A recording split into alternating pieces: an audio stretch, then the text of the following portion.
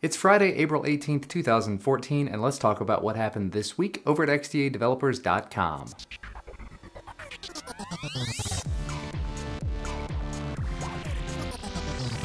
First up, we saw some very exciting news come out this week about Google Glass. In an unheard of move, Google made Glass available to the general public for sale for one day only, although it was at the same $1,500 price.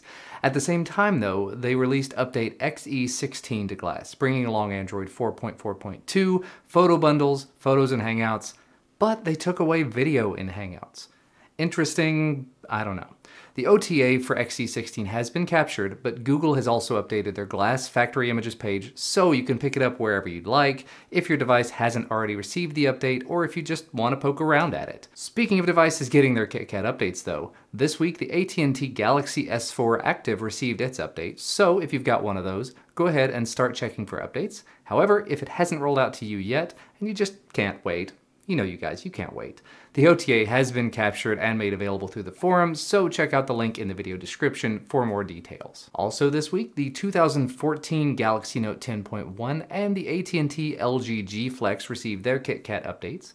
The Notes update has been captured and made available, but the G Flex has not yet, unfortunately. However, it seems that most G Flex users are already receiving the update when they hit the software update button, and it adds in the really cool not code feature, so if you have a device, check the software update button just to see if it works, see if you hit the jackpot on it. Sticking in that same vein of KitKat updates, a brand new one is supposed to start rolling out this week.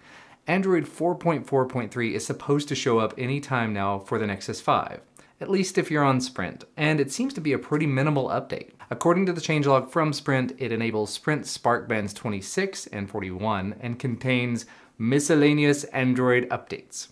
Not particularly helpful there. Once this OTA is available, I'm sure it will be mirrored on the forum and the original portal post should be updated. If not, maybe there will be a new post. I will let you know as I know more and I will pass the info along and everything. And actually, speaking of the Nexus 5, one of the main reasons, aside from the awesomely low price, that people buy the Nexus 5 is to get that stock Android experience. However, there will always be those people that want an inexpensive, well-built device, but they want a little more flair on top. They don't just want AOSP. I guess that's why XDA recognized contributor Galaxy User ported the UI from the HTC One M8 over to the Nexus 5. It's still an alpha, so there's going to be a few things that aren't working properly. The things that are working include the touchscreen, SIM card detection, SMS and phone calls, Wi-Fi, vibration, Bluetooth, and some of the sensors. But just a word of caution, probably best not to jump on this unless you're a developer. Even the developer of it says don't. It's definitely not daily driver ready yet.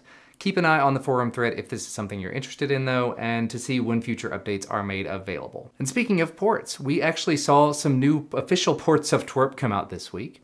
XDA senior recognized developer Dees Troy released it for the Oppo Find 7A. This is the one with a 1080p screen. He also worked with XDA recognized developers JMZ and Simon Sickle to bring it out for the GSM, Sprint, and Verizon variants of the HTC One M8. So if you have any of those devices and you've been dying to get Twerp on it, now there's an official version available, so head on over to the appropriate forum to get all the details. You can find the links to all of those in the portal post, which I will link to in the video description as usual. Moving in a completely different direction, this week we saw the first ever Project Ara Developers Conference. The Ara team gave out a bunch of information talking about the new 3D printing system they're developing to help deal with the commercial load they're going to have to make these devices happen. They talked about the configurator app framework that they're making to try to make the device personalization a little more user-friendly with little modules you can see on the screen and everything. They went into the process of how modules are made, how open the platform is, and they ended up wrapping things up by saying that they're looking to have all of this ready to go for consumers by 2015.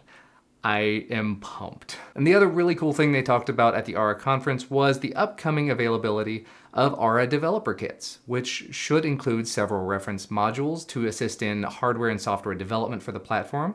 But the awesome thing about that is they're also planning to do a developer challenge.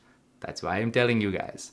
Basically, developers are going to send in their abstract for the project they want to do, and if they get picked, the Ara team is going to send them out developer boards. The winner of this challenge will receive $100,000 $1,000. So if you've got a cool idea for something you can do with Ara, or maybe how you can get the modules to work appropriately, plug and play friendly like with Linux, be on the lookout for this challenge. We will let you know as we know more. Finally, to wrap things up, 3 other videos were posted to XDA Developer TV this week. TK did another XDA Exposed Tuesday talking about Call Blocker. Then Adam showed us a couple of ways that you can hack an Android app. And TK wrapped things up with another Android app review talking about Lockdown Pro. For the links to those videos or any of the other stories that I talk about, make sure to check out the video description down below. You can also find links to my YouTube channels down at the bottom of the video description. Remember to hit that like button down below the video if you like this video, and subscribe to receive our content as soon as it becomes available. Thank you so much for watching though, and I will see you next time.